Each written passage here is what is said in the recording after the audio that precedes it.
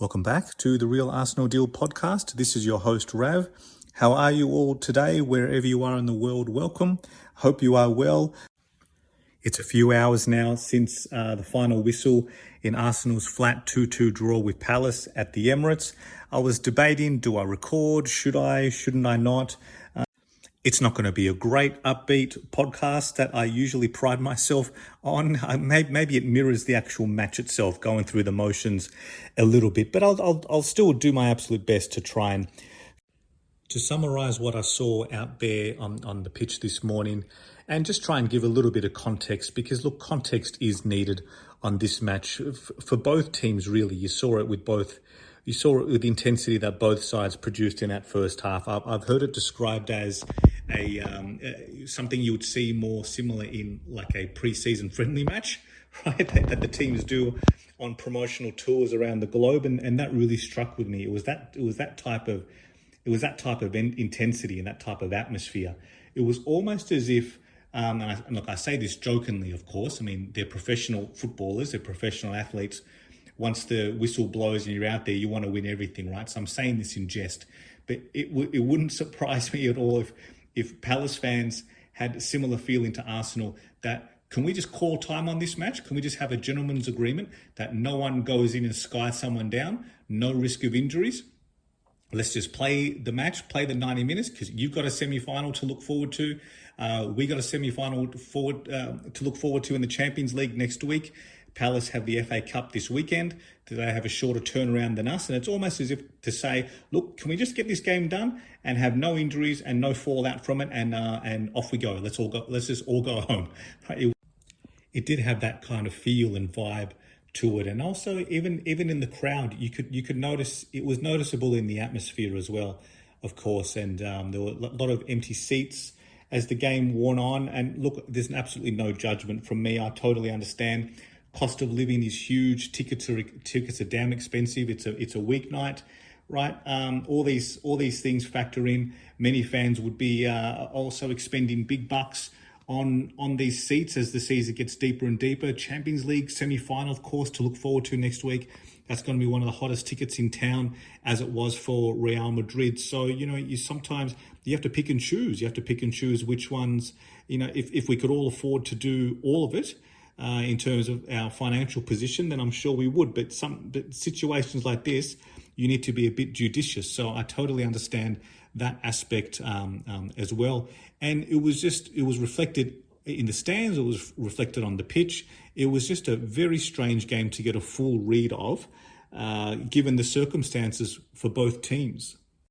So whilst this draw in its own is not the end of the world, I do think if you were to encapsulate Arsenal's Premier League season, you can really summarise it. You can in this match, it really brought issues to the fore that we are struggling to keep clean sheets at home. Just far too many goals conceded at home, and that's without even addressing the fact that just some of the goals that we can see, they're just moments of just what the hell just happened there. Like, there's sometimes out of nowhere, they're completely inconsistent with the tempo of the match and the control and the dominance that we otherwise are demonstrating. And sometimes, so often, a team goes up the other end and out of nowhere, just a shot on target and it goes in. So there's a host of reasons for our league form.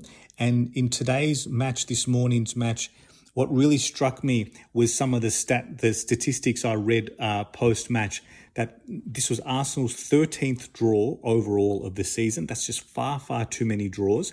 I think we all know that anyway. We've known that we are just drawing too many matches. We are failing to kill teams off, find that elusive second goal in so many 1-1 draws or 0-0 draws. We just need that one elusive goal that everyone knows what we're trying to address this summer, right? We need that killer. We need that killer centre forward. We are aware, and I'm very confident we're going to address it, of course. However, there's a bit more to it than just saying, hey, let's just splash big cash on a striker, because systemically, Arsenal are not closing out matches. It's not just a failure at the other end to get a key goal. It is just losing focus, losing our tempo in key moments in second halves. The most damning stat of the 13 draws overall in the Premier League, 9 of them have been from winning positions. I didn't know it was that bad. Obviously, I know that throughout the season we've been ahead in some very key fixtures, and in the second half we've been outdone, outplayed, or just imploded at the back, or something like that.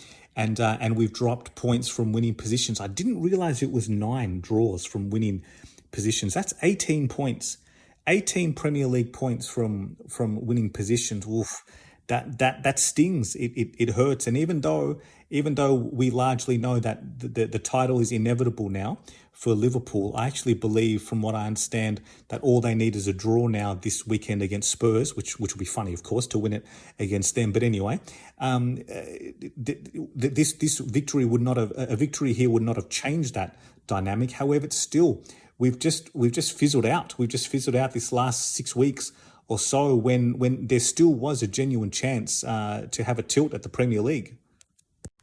So I'm well aware that life doesn't work this way and football doesn't work this way. We can't just automatically say, oh, why don't we just change those 18 drop points into 18 points that we won, and look, we would have won the league. Now, I know it's not that easy, right? And I don't want to discredit Liverpool as well, because they are deserving champions. That they will win the Premier League deservedly this season, right? So I know I'm not trying to be that simplistic. However, even if you just hone in on that for a moment, of those 9 draws, the 18 drop points, even if you just say half of them, right? That if we had that finishing touch, that killer instinct to go ahead and see that victory through, right? All of a sudden, you take those extra 9 points. Now, noting one of them was actually against Liverpool at the Emirates earlier in the season, where we found ourselves, Saliba had the red card from the denying goal scoring opportunity the match before.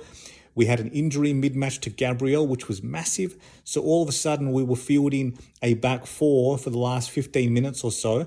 Partey right back, Ben White was pushed inside to centre-half next to Kiwior, and Lewis Skelly came on as well at left back. It's a back 4 that I think many said we'd never seen before, and quite likely you won't see that back 4 again ever take the field for Arsenal. And credit to Liverpool, they capitalised, right? They capitalised and they equalised, took away a point. So just hypothetically, right, there's a number of what ifs for Arsenal to ponder about as we head into summer and plan for next season. I'm just going to have a brief moment of just hypothetically thinking that even if we could account for 9 of those 9 points to secure, right, two of which would have turned into a victory had we seen that match off against Liverpool. That's 1 less point for them, of course, because in equalising, they earned themselves a point at the Emirates, and all of a sudden, that league table, right, that gap they've got, that 10, 11 point gap or whatever it is now, all of a sudden, the dynamics are completely changed. It's just one of those great what ifs. And it is what it is, right? Like I said, football isn't that simplistic. If it was, then we'd win everything, right? If it was as simple as me saying, oh, let's just do this and that and change the equation, right? Then we'd win every trophy possible. But it's not. Life doesn't work that way. Football doesn't work that way, unfortunately. So it's just one of those things for Arsenal that's plagued us throughout the season. And yes, I know some of you listening may be saying, like, how come I haven't mentioned things such as the refereeing decisions, those ridiculous delaying the restart, red cards earlier in this season. Those were crucial. We were in total control against Brighton, total control against City at the Etihad. We also had that, I've never seen a penalty given again against Brighton, actually. The Saliba head clash, I've never seen a penalty given for that, right? So I'm not saying it is just purely down to Arsenal's failures, right? There have been key contributing factors, very, very valid reasons, from everything from injuries to officiating decisions to our lack of just focus at times and switching off. So there's a host of reasons, a host of contributing factors. So I'm not saying it's just that. I know there are very, very other valid reasons too. But overall, when you fast forward now to just a handful of games left in the Premier League season, this is where we sit. This is where it's currently at. So Liverpool, credit to them. All they need is 1 point this weekend against Spurs and they'll be crowned champions. And in a way, I'm just hoping it just gets done. Like, can we just have it done now, so it's no longer lingering over our heads? I know broadcasters and pundits and stuff that they're paid to obviously keep the interest going, but I'm just sick of seeing graphics about like the remaining fixtures, the run-in. What do Arsenal need to do? Like, come on, like we've known it's been done for a little while. I think internally within the club we've known that too. So the title challenge, the title race, it fizzled out quite some time ago, about a month or so ago, with there was a loss to West Ham, and then we failed to win against an awful United team. And yeah, you just kind of knew it's just not happening. So we are where we are. Okay, so it's a 2-2 draw. So I'll just try and cover some key points from the match itself. I thought selection was largely hindered again from injuries, from unforeseen absences. No White or Merino at all in the squad today. So I'm not sure what's happened. Maybe it's illness or a bug or a knock in training or something. Hopefully it's not too serious. I mean, Arteta's not going to reveal much, is he? He's going to keep his cards close to the chest. 6-day break now until the PSG semi-finals. So hopefully that works in our favour, not having a match this weekend and just the extra time to rest and recuperate. However, look, there's flow-on effects to that. All of a sudden, just on in the last week or so, when we've got some players back in the squad against Ipswich, and I looked at the bench, and I think, wow, we're actually close to filling out that bench again with senior squad members. And look, take nothing away from the youth players who we name on the substitutes bench to fill out the squad. Largely speaking, though, and I think I can say this just realistically, some of them are there just to obviously make up the numbers. I don't believe they're genuine, realistic chances of getting on the pitch and trying to change the match. So just when I thought, wow, all of a sudden we got some key numbers on the bench, so much so that we didn't even need Partey at all on the weekend to come on in that 4-0 win over Ipswich. So then all of a sudden you take out a couple of other squad members. You take out Merino completely, take out White, then we have to start Timber again, he's had an outstanding season. We probably don't talk about it enough, do we? Off the back of an ACL injury, right? Like an extraordinarily significant injury that has a long recovery time. For him to play the volume of minutes at the level he has this season, it's just outstanding. Full testament, full credit to him. Absolutely outstanding. We had no choice but to play him. And then we also need to start the likes of Rice, Odegaard. Sterling got to start again and just didn't do that much as expected. And it's just one of those things now, right? I think we've all made peace with the Sterling transaction. However, in signing him, like you need him to absorb minutes from the likes of Saka and Martinelli or so. And Martinelli's played a lot of minutes lately, and we need some squad protection as well, some rotation. But once again, like I started this point with, you take out some key senior members from the squad and you look at that bench and we'll light on for options. So Arteta has to play out of necessity, has to play a number of these players. So just off the top of my head, imagine that bench looking different with the likes of, in no particular order, Havertz, Gabriel Jesus, White, Merino. I'm certainly forgetting someone. Tomiyasu. My goodness, we barely talk about Tomiyasu as well, because we've just adjusted. We've been accustomed to his absence from his long-term injury all season. Basically, he's not even really appearing in the back of our minds. But you look at a match like this, when you've got, like I mentioned, you've got White completely out of the squad, and Timber needed, potentially next in line for a bit of rest and rotation. Tomiyasu is a absolute perfect squad player, because he can play across the entire back four. We've seen him do fantastic jobs at left back. I remember that match a couple of seasons ago where he had Salah in his pocket when Arteta deliberately moved him to the left back to negate Salah cutting in onto his left foot, as he always does. He's a weapon when he does that. And Tomiyasu, being a right footer playing left back, he had him in his pocket. So what a brilliantly versatile footballer to have in your squad that can just come in and fill any of those positions. I can't believe I didn't even mention Calafiori missing from the squad, and of course Gabriel. I'm almost about to give myself an uppercut. How did I forget them? So my apologies. If you were screaming into your headphones listening to this, thinking, how could I forget them? But all of a sudden, what's that? 8 key senior members. All of a sudden, imagine they're in your squad. Imagine they're on the bench.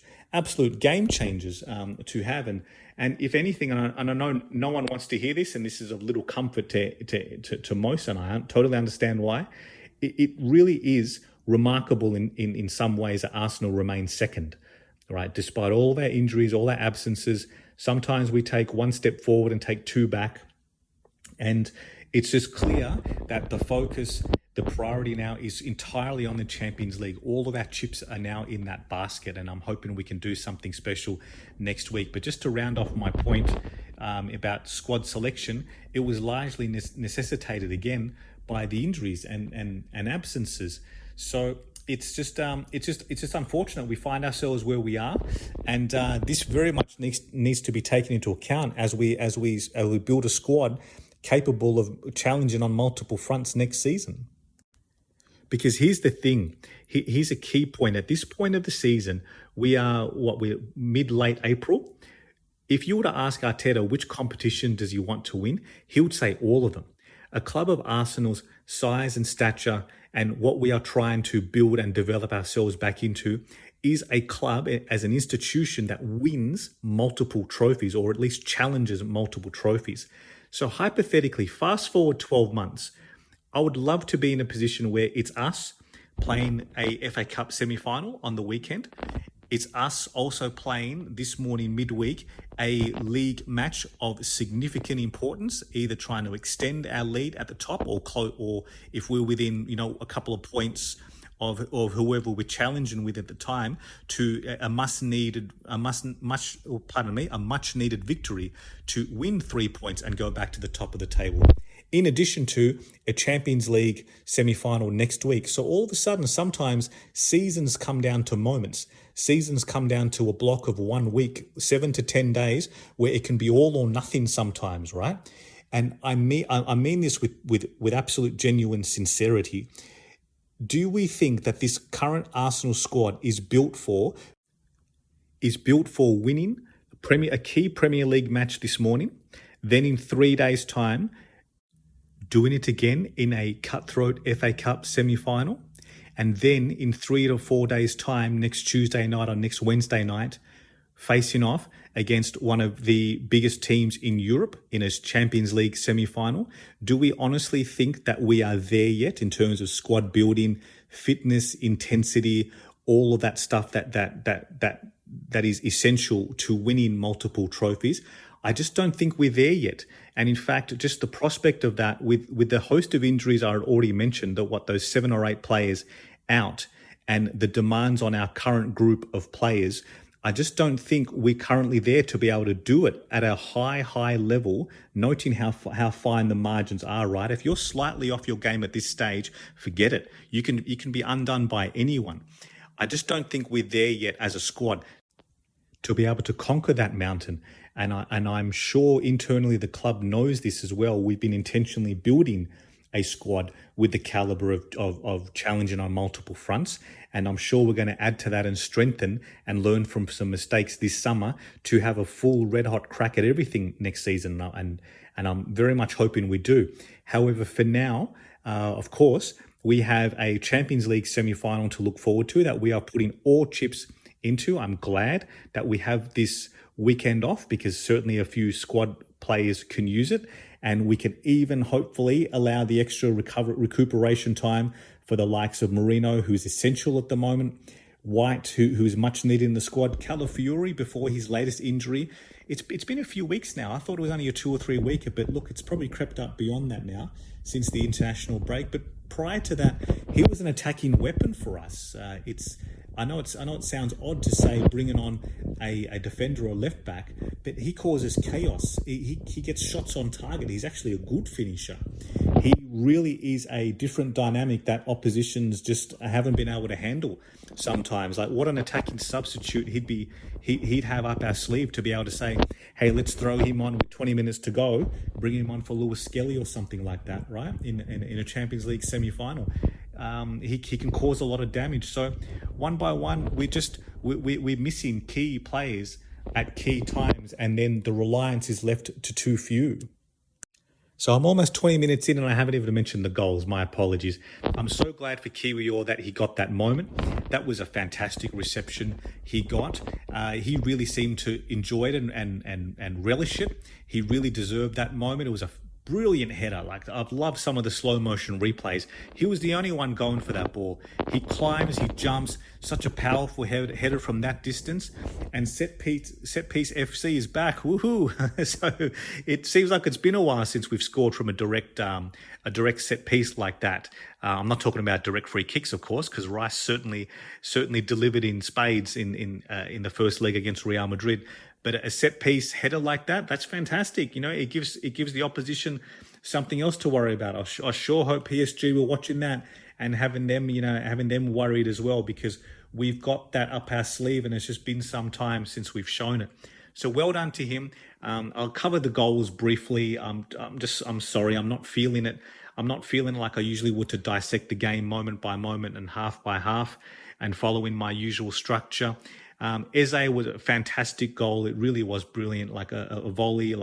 You can only just stand up and applaud that. Brilliant finish.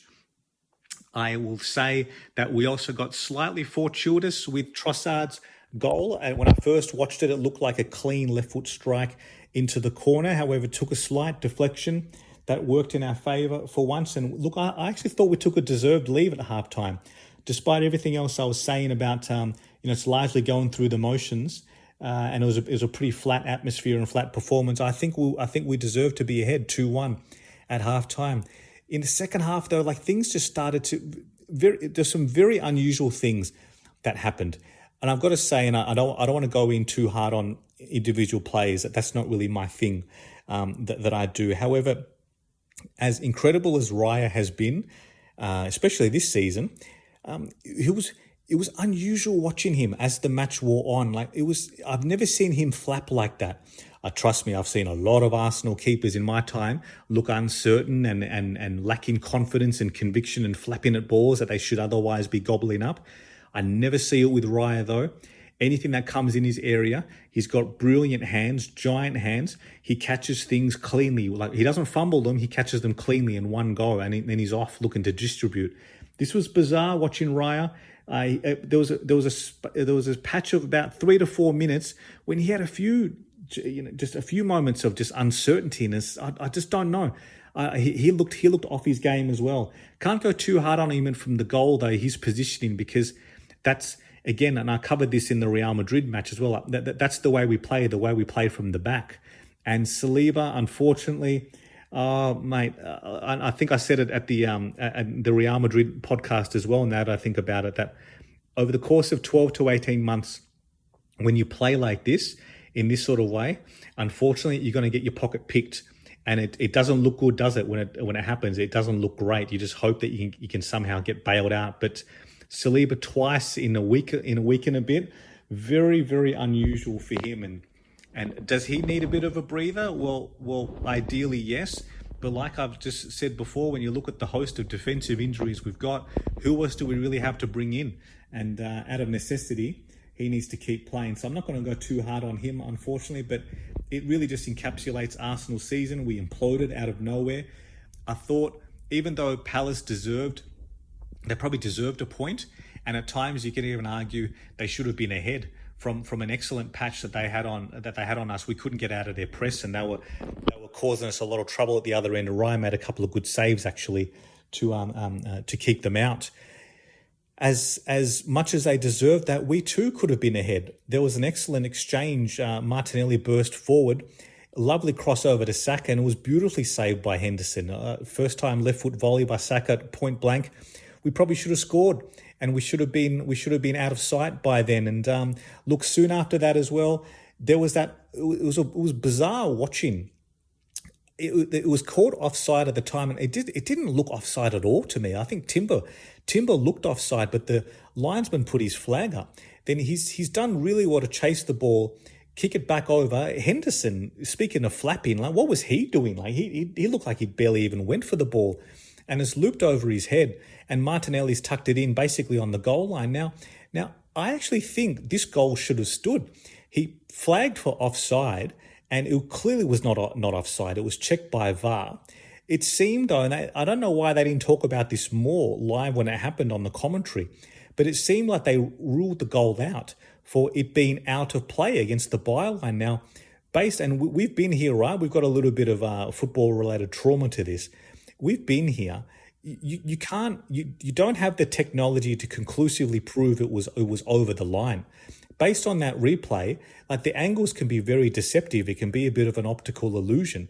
It did not look entirely out to me. I don't know how you can conclusively say that ball was out, because remember the match against Newcastle when Willock played it. It looked just as out then as it did to me here. But again, they point to the fact that there's no conclusive evidence to say it was out. So in that instance, they just allowed it to be a goal and allowed it to be play on. But here they don't. Is that because the linesman flagged for offside to begin with, so it was already a chalked off goal and they didn't want to overturn? But how does that work? Because he ruled it out for offside, and the offside was proven to be void. Like it was proven to be null and void because he was not offside. I just don't know. It's making my head hurt a little bit, right? Trying to go through all these permutations and the way the rules work. It's like I'm talking calculus at the moment. I just don't know how it works. And however, when I look at the evidence, when I look at the replays, how can you rule that goal out? To me, it was a genuine, legit goal. Now, had the stakes been different and the circumstances been different, and I'd feel much more aggrieved about this. But given the situation, given where Arsenal are placed in the league, it is what it is, and maybe that's why they didn't really talk about it too much more. Because I genuinely would like to know what the proper explanation on that is, on that decision. But anyway, it was ruled out and they scored soon after. Excellent finish from Mateta, who really changed the game when he came on. He caused chaos. And we tried. We had a few moments at the other end. I wish Martinelli, he just lost balance at the key moment. I wish he played the ball across to Saka, who was there. You saw Saka throw his hands up straight away when the ball sliced off Martinelli's left foot, unfortunately, and just went out against the side netting. That was a great chance to win it. It came off the back of a fantastic throw-in, like a long throw-in, very, very, very savvy. I think it was Tierney who saw the gap, who saw the space and played it quickly. And we should have done better in that situation. But once again, it is what it is. It finished 2-2, and I'm not sure we can complain too much about the overall result given the performance. So all eyes, of course, turn to the Champions League, which I'll be back on again soon to talk about more in depth. And once we hear about where certain players are positioned in terms of their recovery and availability. Before I sign off, though, before the match, there was an Ornstein tweet regarding Thomas Partey, and I must say I don't feel great about this. It's a contentious discussion point for a number of reasons, off-field and legal reasons as well. And my reaction is that it took me by surprise, because in recent press conferences, what's been interesting is that Arteta has been asked by the journalists a number of times about the position on Thomas Partey and Jorginho, both of whom their contracts are due to expire at the end of this season. It's largely believed that Jorginho will go, I think, going back to Brazil when his contract expires. And I largely expected the same with Partey, because when Arteta's asked about it, he says things like, you'll need to check with Andrea Berta about that, which, look, to be honest, Mikel, we all know we're not going to hear that, because Arteta is the figurehead of the club. It's not like anyone else openly and consistently speaks or makes themselves available to in press conferences. So how exactly is someone going to ask Andrea Berta, right? But anyway, all jokes aside, I think he was just trying to defer the answer and just try and deflect that way. And then when he was asked, he just says, look, my intention is clear. All right. But again, what's the intention? The intention to keep him or the intention to not? So that ambiguity, I just took it to read what we all largely expected, that Arsenal and Partey will come to a natural conclusion this summer, because his contract runs out, and I know he's had an excellent season and he's been largely fit and available this season, which has caught many by surprise, including me, given his injury record. But it was an excellent natural time to part ways and us to invest in a younger, more fit version of him, because I believe he's 32 now, right? And I'm not sure it'll be a wise decision to on his salary as well to renew him and offer him an extension. So I was caught very much by surprise. I'm quite against it. I don't believe it's something we should be participating in. And yeah, I'm just surprised. Yeah, I'm quite surprised by this news, and it remains to be seen what happens from here. Maybe the decision will be taken out of Arsenal's hands, because I do believe he has a number of suitors from back in Spain and elsewhere across Europe, and at his age, he'd be looking for a big final contract, right? Maybe he's looking for a term of 2 to 3 years, which Arsenal, I think it'll be very irresponsible to offer someone of that age and injury record anything near those terms. So maybe the decision will be taken out of Arsenal's hands and he'll find a better deal elsewhere. But from an Arsenal point of view, I'm quite surprised and disappointed to hear this. So let's wait and see what happens, and let's wait for more developments on that. In the meantime, thank you again for everyone for listening, for tuning in. Thank you so much for all the feedback. If you could please consider liking and subscribing if you're watching on YouTube, or leave me a review on your podcast platform, please. It would be most welcome and most appreciated. And I'll be back on again to talk more as we build up to the Champions League semi-final next week. So thank you again. Thank you so much. Look after yourselves. Stay well, stay safe. I will always, of course, as like I always say, come on Arsenal.